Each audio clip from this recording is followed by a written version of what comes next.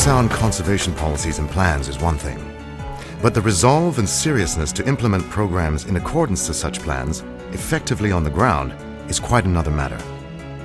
Fortunately, for this Malaysian state of Sabah on Borneo Island, things are moving, and moving in the right direction. The government is fully aware of the massive task at hand, for much of the forests are degraded due to poor logging practices or devastated by fires in the past. Restoration and rehabilitation operations are massive and costly, yet they are a must for the sake of a brighter future for Sabah, for her people in generations to come, and for the love of Mother Earth.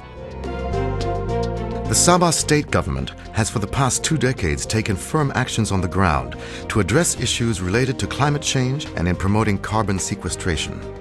This took the form of a joint venture project between the FACE Foundation of the Netherlands with Innoprize Corporation Sendirian Berhad, the investment arm of the Sabah Foundation or Yayasan Sabah. This project is known as the Face the Future or INFAPRO project. The various activities of the INFAPRO program are designed to restore logged forests with the aim of boosting carbon dioxide capture during the forest regeneration process.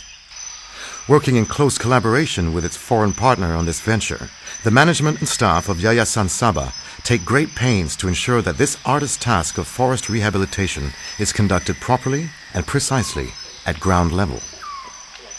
Firstly, there's the production of seedlings, the careful selection and preparation of indigenous tree species for field planting.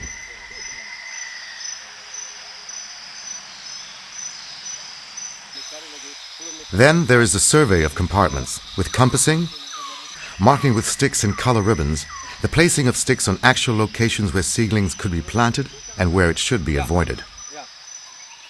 Among the fruits of the INFAPRO program is that within a few years, the young trees planted begin to form a rudimentary canopy that shades out the weeds beneath and provides a favorable habitat for other plants and animals.